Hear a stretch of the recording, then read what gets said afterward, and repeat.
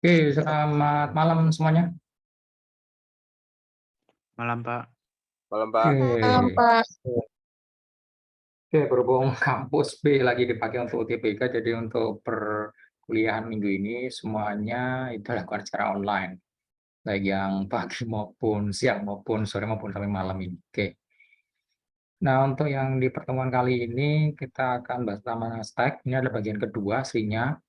Tapi sebelumnya saya review aja dari bagian pertama, karena stack ini lumayan simple aslinya, itu aja, tapi nanti akan sangat banyak digunakan di Python, kalau Anda pakai Python ya, karena ada struktur data yang sangat simple, tapi penggunaannya banyak. Nanti kalau Anda pelajari lebih lanjut, Anda akan ketemu stack ini di multithreading dan multiprocessing ya. Itu kalau Anda membuat suatu sistem informasi yang skala besar, pasti Anda akan ketemu dengan dua hal tersebut, multithreading, multiprocessing. Anda kalau sudah pernah belajar data science sama Pak Is palingan atau big data. Nah, kalau belum, nantinya Anda kan pakai di situ banyak GUI itu aja. Dan nggak tahu kalau di SI ada komputasi paralel atau enggak, tapi kalau di IF itu ada komputasi paralel. Ya, di situ juga banyak menggunakan GUI sebagai struktur data. Data paling umum, paling sederhana yang bisa Anda pergunakan, tetapi dia sangat efisien dan sangat aman. Itu aja. Oke, saya langsung aja, ini materinya bisa Anda dapatkan di Symfony. Ntar saya upload juga di Spawn yang di 19 ya.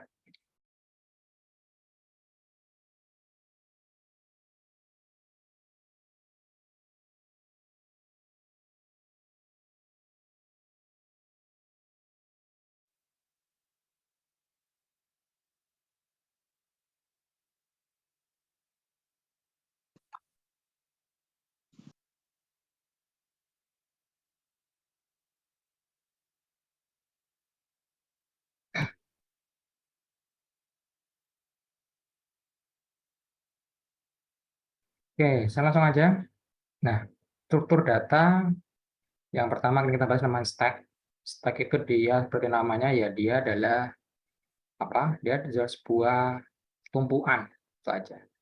Jadi kalau secara gampangnya tumpuan benda atau item yang bisa diakses secara default dia menggunakan sistemnya LIFO, last in first out. Tuh, jadi kalau Anda punya barang ada tumpuk-tumpuk, maka barangnya bisa Anda ambil dari terakhir yang Anda tumpuk, bukan dari bawah sini. Ini LIFO. By default, stack queue di Python itu sifatnya LIFO seperti ini, jadi last in first out.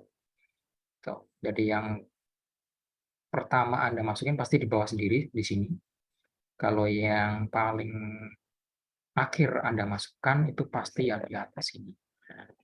Anda ingin mengambil yang di tengah, maka Anda harus mengambil juga yang di atasnya. Mau tidak mau seperti itu, nggak bisa Anda ambil secara apa? Secara sembarangan. Gitu. Nah, implementasi stack ini bermacam-macam di berbagai macam pemrograman itu aja.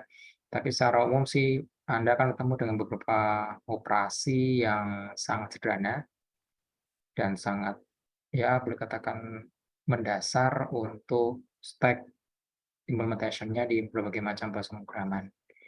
Yang pertama tentu saja Anda butuh untuk memasukkan sesuatu ke dalam stack. Ada menggunakan namanya push. Lalu Anda butuh mengeluarkannya, itu namanya pop.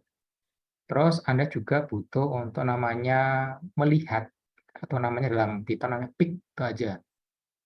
Kalau di beberapa bahasa pemrograman ada yang menggunakan sintaknya pick, ada juga yang menggunakan sintaknya top, itu aja. Ya. Terus ada juga yang fungsi utilitasnya dipakai untuk mengecek apakah sebuah stack itu penuh, full, ataukah dia masih ada slot, atau nah dalam hal ini kosong. Kosong ini belum tentu dia beneran kosong, tapi dalam artian masih ada slot yang bisa Anda masukin untuk itemnya. Nah, itu. Nanti kita lihat implementasinya ya di Python. Ini ciri-cirinya, dia elemennya dari atas ke bawah, LIFO, last in first out saja. Terus Anda menambah atau mengambil itu pasti dari atas, nggak bisa dari bawah, tengah, pokoknya harus dari atas. Nah, untuk stack sendiri pemanfaatannya sangat banyak. Yang paling umum, tapi mungkin Anda tidak ataupun ya agak kurang memahami bahwa itu stack itu biasanya dipakai untuk namanya postfix infix atau algoritma di matematika. Anda pakai program pun dia menggunakan stack, stacknya di hardware. Nggak kelihatan, tapi kalau Anda belajar sampai ke arsitektur organisasi komputer, pasti di situ akan nongol namanya stack, atau namanya stack register. Nah, disitulah menggunakan prinsip stack, tapi di hardware. Lalu kalau cara algoritmanya banyak yang menggunakan stack, backtracking, recursive, ada lagi backpropagation, semuanya juga menggunakan stack. Yang GraphQL pun atau yang berbasis elemen tree juga menggunakan stacking untuk proses algoritmanya. Contoh Anda pakai random forest misalnya. Random forest ini biasa dipakai untuk algoritma SPK. Jadi kalau di SPK Anda paling menggunakan if then, tapi di random forest sama seperti itu, tetapi dia lebih kompleks. Meskipun lebih kompleks, tapi dia boleh katakan lebih lebih presisi hasilnya. Jadi lebih mewakili hasil yang realitanya. Itu. Nanti bisa misalnya kalau Anda mau bikin sistem penentuan keputusan, misalnya Anda punya parameter banyak, tapi si usernya cuma tahunya parameternya ini, outputnya itu, parameternya ini, outputnya itu, parameter itu ini, outputnya ini. Anda nggak tahu rule-nya, karena saking banyak parameternya. Maka Anda bisa dengan mudah menggunakan random forest. Dan saya jamin pakai random forest tanpa Anda utak-atik, tanpa Anda konfigurasi, dia akan dapat memberikan nilai presisi yang melebihi 90%. Itu asumsinya data Anda benar. Itu ya. Tuh, itu pemanfaatan stack seperti itu. Nah, ini ilustrasi stack. Sana dari penjelasan pertama tadi itu udah Jelas itu aja. Oke, operasi stack standar aja, ada empty, ada push, ada pop, kalau ada top. Ini ya boleh katakan sih operasi stack atau queue yang ya custom. Kalau Anda tidak ingin repot seperti ini, Anda bisa menggunakan kelas queue di Python. Nanti kita akan lihat ya kelas queue-nya. Nah, untuk aplikasi stack yang sangat umum ya, itu dipakai untuk namanya notasi infix dan postfix. Notasi infix postfix ini merupakan dasar daripada pengolahan program apapun. Anda pakai Java, Anda pakai C, Anda pakai Python, pasti menggunakan postfix, infix. Kita lihat, infix itu penulisan ekspresi matematika di mana ini ya, di mana operator itu berada di antara nilai data elemen atau variabel. Jadi notasinya itu operan, operan, operan, operator, operan. Ini infix.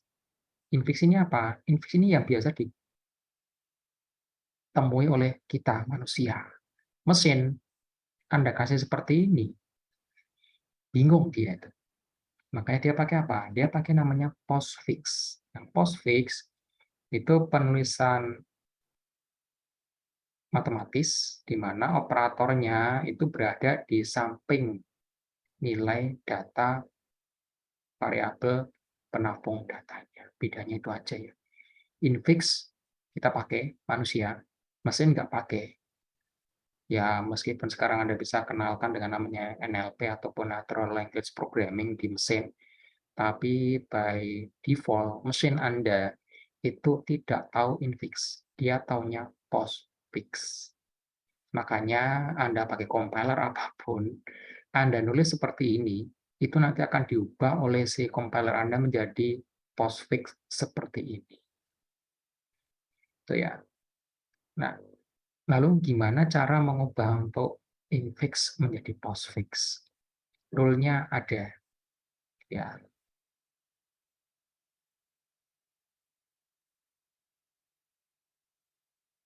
oke, kalau lihat.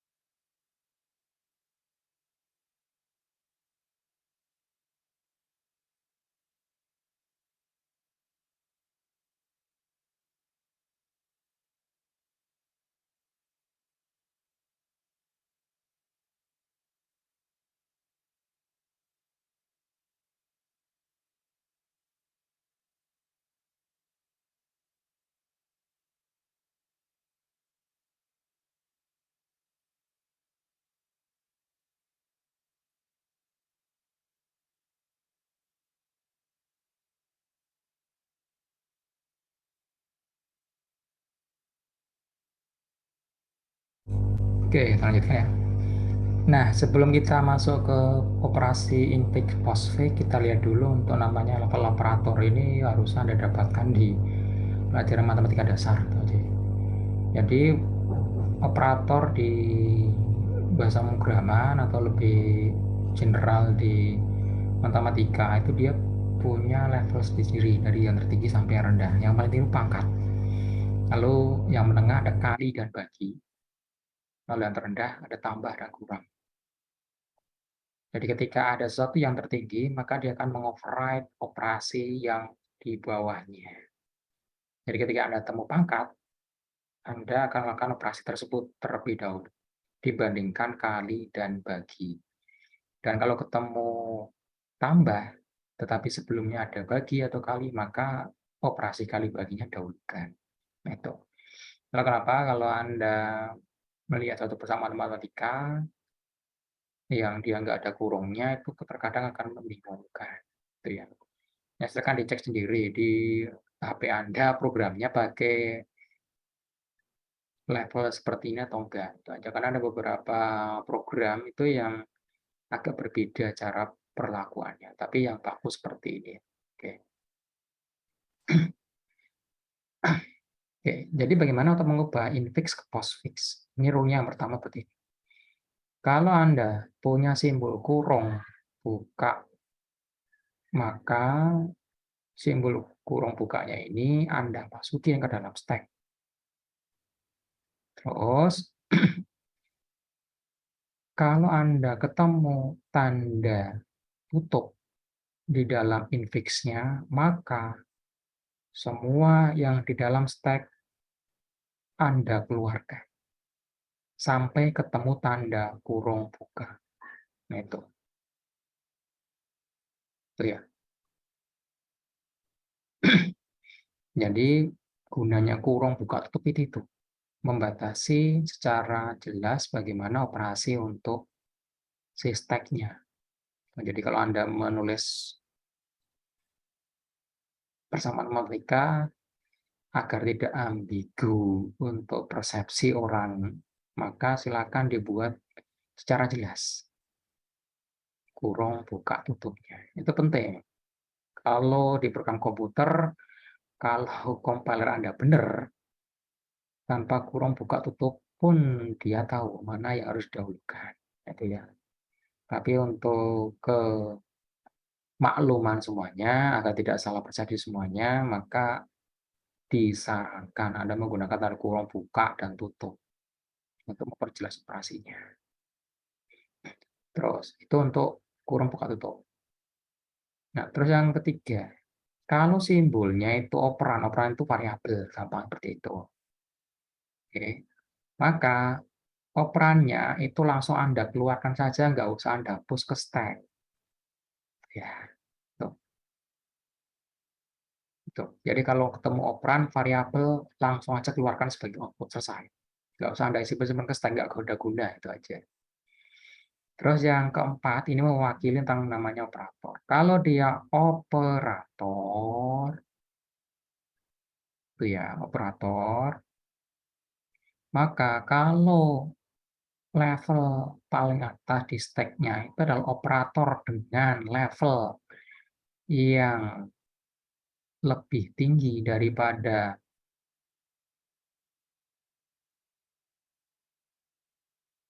yang Anda mau masukkan, maka yang elemen top-nya kita pop. Nah, itu. Tapi kalau top stack-nya adalah operator dengan level lebih kecil atau lebih rendah daripada simbolnya, maka simbolnya kita push. Nah, itu. Jadi yang intinya itu di bagian nomor 4 ini. Jadi kalau yang top stack-nya alias elemen teratas di stack-nya itu adalah suatu operator dengan level yang lebih tinggi atau minimal sama dengan level operator yang Anda ingin push, maka level operator dalam stack-nya itu Anda keluarkan, baru setelah itu simbolnya Anda push. Nah, itu. Tapi kalau kurang alias lebih rendah levelnya, yang top, yang topnya, maka Anda timpa saja. Nah, itu. Gampang seperti itu ya. Jadi kalau di stack-nya Anda ketemu kali di atasnya, lalu yang Anda masukkan itu dia adalah sebuah simbol tambah misalnya, maka secara umum kali lebih tinggi daripada tambah. Maka diapain? Maka kalinya Anda keluarkan. Baru setelah itu tambahnya Anda masukin. Nah, itu. Intinya di situ. Yang nomor 4 ini kalau Anda ingin mengubah intik ke postfix. Nah, untungnya hal semacam ini dilakukan oleh compiler Anda. Kalau kita manusia melakukan hal semacam ini ya saya jamin lama itu aja ya kalau belum terbiasa. Ya, kita lihat ini ilustrasi pada operasi infix ke postfix. Ingat, ini infix yang kita manusia ngerti. Kita punya persamaan A kali dalam kurung B plus C tutup kurung dibagi D pangkat E minus F. Yang perlu Anda perhatikan, ini. Operasi aritmatika secara umum itu Anda lakukan dari kiri ke kanan, dari sini ke sono. Program komputer Anda, itu umumnya akan mengikuti cara seperti ini, dari kiri ke kanan. Kecuali Anda misalnya berada di negara yang tersetnya itu dia dari kanan ke kiri. Contoh di Jepang, contoh di Cina yang dia dari arah atas ke bawah, ataupun dari arah Rusia dan sebagainya. Itu khusus itu aja ya. Tapi yang kita bicara ini yang general. Oke, kita lihat. Kita pertama ketemu A. A ini apa? A ini sebuah operan. Maka Anda tulis saja ke hasil postfix-nya. Nah, pertama kita stack-nya kosong. Lalu setelah itu karakter kedua ada kali. Kali ini apa? Kali ini level kedua menengah, sedangkan stack-nya di sini kosong. Ya udah, kosong ya udah. Push saja ke sini. Nah, sehingga kita punya apa? Hasilnya A, stack-nya isinya kali. Itu ya. Oke. Terus kita lanjut yang ke kurung tutup ini. Oke.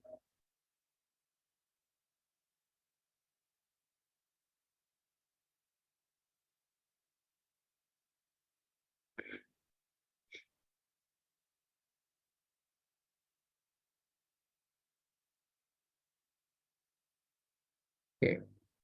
Terus kurung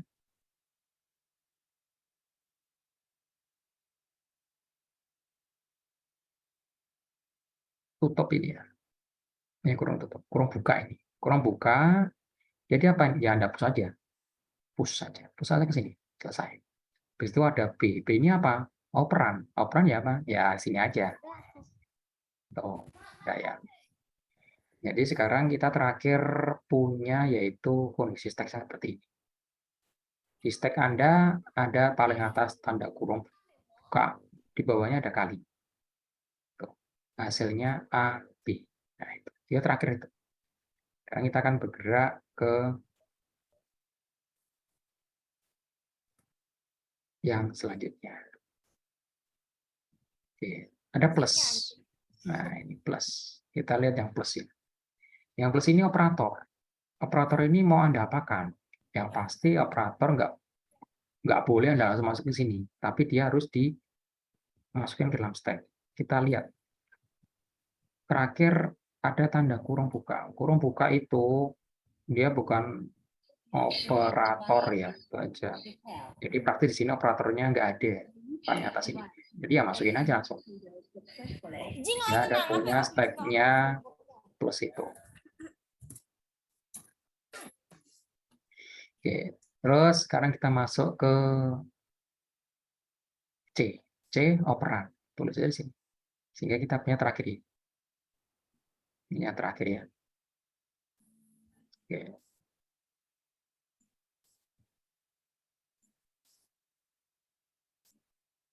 Terus setelah C kita ada kurung tutup. Nah, kalau Anda ketemu kurung tutup, maka apapun yang berada di dalam si stack-nya itu Anda keluarkan sampai ketemu tanda kurung tutup, kurung buka ini. Nah, itu. Jadi tadi ada kurung tutup, Anda keluarkan yang di sini. Oh, plus keluarkan, keluarkan. Yang tanda kurung buka, keluarkan juga. Sehingga Anda akan dapatkan stack-nya cuma sisa kali saja. Nah, sudah. Ada bagi. Nah, ini. Bagi Anda bandingkan dengan kali. Sama levelnya. Kalau sama diapain? Keluarin aja. Keluarin. Jadi yang di sini dikeluarkan. Sehingga Anda akan terakhir A, B, C plus kali. Yang di stack-nya yang mana? Yang baginya. Nah, itu ya. Oke. Dilanjutin. D operator saja di hasilnya sini. Ada pangkat. Wah, pangkat ini kalau kita bandingkan dengan bagi itu lebih tinggi pangkat. Sehingga apa? Timpa saja. Pangkatnya masukin aja ke top stack-nya. Seperti ini sehingga. Yang hasilnya ya nggak ada. Karena nggak ada yang dikeluarin dan dia bukan operan. Oke, lalu ada E. E itu apa? Operan. Operan tulis aja di sini. DE. Hasilnya seperti ini. DE. Stack-nya cuma ada 2. Lalu ada minus. Minus ini apa? Minus ini kalau Anda bandingkan dengan apa ini? Dengan pangkat lebih rendah yang minus. Sehingga apa? Ya kita keluarkan saja untuk yaitu yang ada di stack untuk operatornya. Pertama, pangkatnya Anda keluarkan, di situ dibandingkan lagi minusnya, oh minus lebih rendah daripada yang apa? Baginya dikeluarkan juga. Lalu setelah itu dicek, oh nggak ada, stacknya kosong. Ya apa? Ya udah, masukin aja ke sini. Sehingga kita punya terakhir stacknya isinya minus, hasilnya A, B, C plus kali DE pangkat bagi. Sampai terakhir F. F ini apa? Operan. Operan gimana? Ya udah operan ya, Anda tinggal masukin aja ke sini hasilnya. Sehingga hasilnya seperti ini. Lalu stacknya diapain, Pak? Ketika Anda sudah habis seperti ini, maka semua yang ada dalam stack Anda keluarkan saja. Berapapun itu, mulai dari atas, Anda keluarkan sampai ke bawah. Karena di stack-nya itu ada cuma minus doang. Ya udah, keluarin aja. Sehingga hasilnya terakhir postfix-nya A, B, C plus kali D pangkat E bagi F minus. Ini postfix-nya yang dimengerti oleh mesin Anda. Yang kita mengerti itu yang ini. Ini mengerti oleh manusia. Tuh. Tapi kalau mesin Anda itu mengertinya seperti ini. Tuh ya. Oke, itu invite ke postfix. Ilustrasinya sangat jelas saja, Anda tinggal paling berlatih lebih intensif untuk melazimkan ataupun membiasakan operasi invite ke postfix. Oke.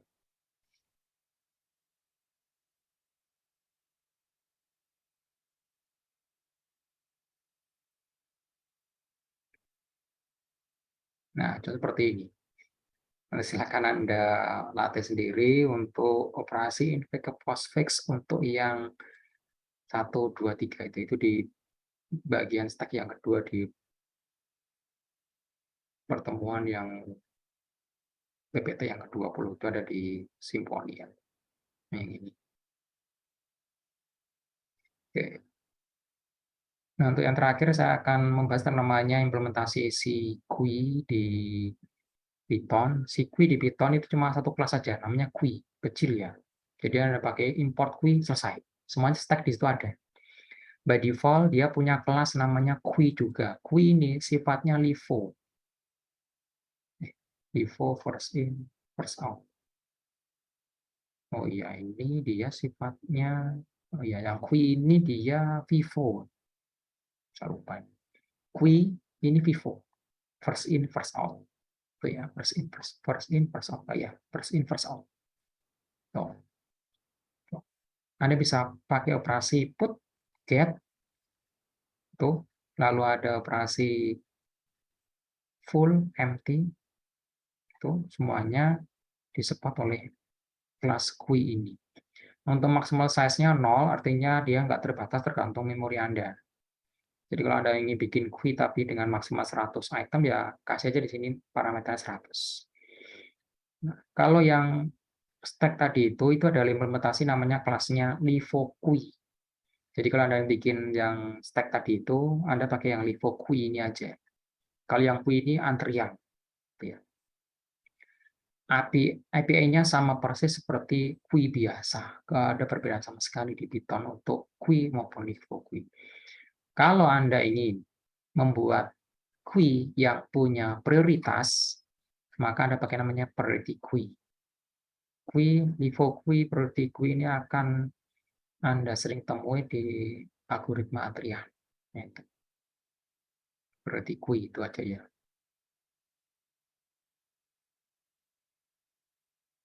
Nah, terus kalau Anda tidak ingin terlalu kompleks queue-nya, Anda bisa pakai namanya simple queue. Simple queue ini dia konfigurasi queue yang sederhana, jadi operasinya lumayan lebih sedikit, fungsinya juga lumayan lebih sedikit daripada yang queue biasa. Terus untuk ngecek apakah si queue itu dia empty, Anda bisa pakai namanya empty.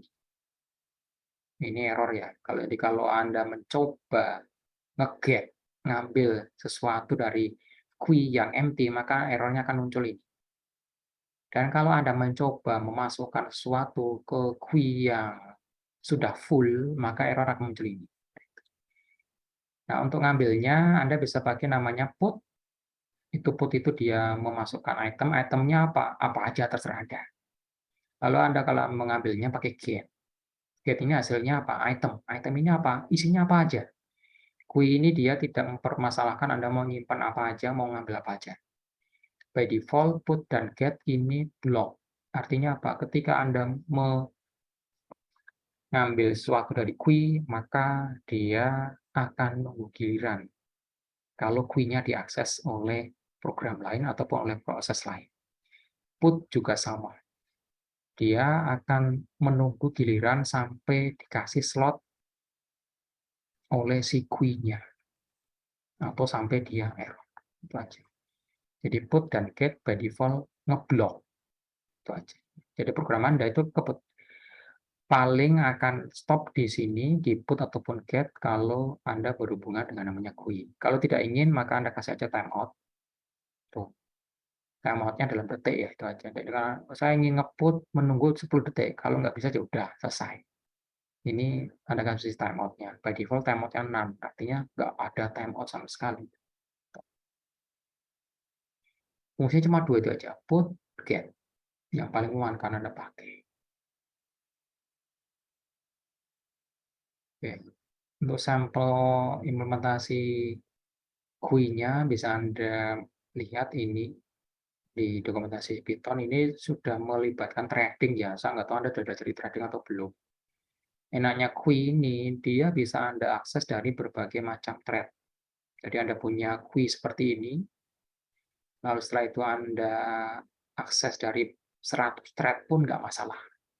Anda nggak usah repot-repot ngurusi apanya, Anda nggak usah repot-repot ngurusi sinkronisasi, logging, MuteX, semapur, dan sebagainya. Itu udah urusan dalam GUI. Jadi, kalau Anda pakai multithreading, pakai GUI ini sangat-sangat aman. Nah, itu. Ya.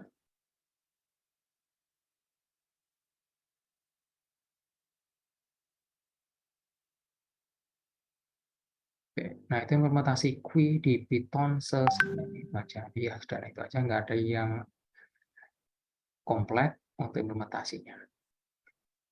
Nah, untuk di pemrogramannya pun sangat sederhana dibandingkan dengan kalau Anda pakai implementasi GUI di Java. Saya jamin pasti lebih ribet daripada implementasi GUI di Python. Itu aja ya.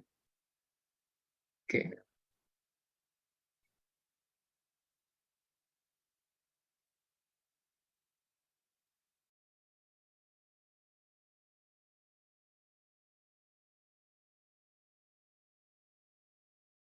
Oke, saya rasa itu aja untuk pertemuan kita pada malam hari ini pas namanya GUI itu hanya review saja dan memperjelas bagaimana operasi infix ke postfix.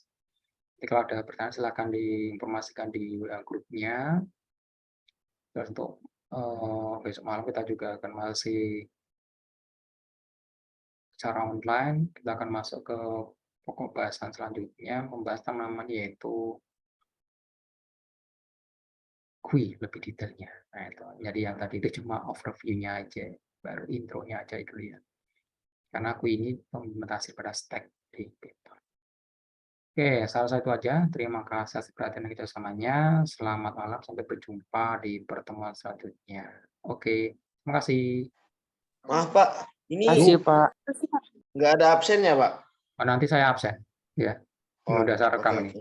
Wih, ya. Ya, Makasih baik. Pak. Makasih Pak. Mari, mari. Terima kasih, Pak. Oke, Terima makasih kasih, Pak. Pak. Terima kasih, Pak. Pak. Wih.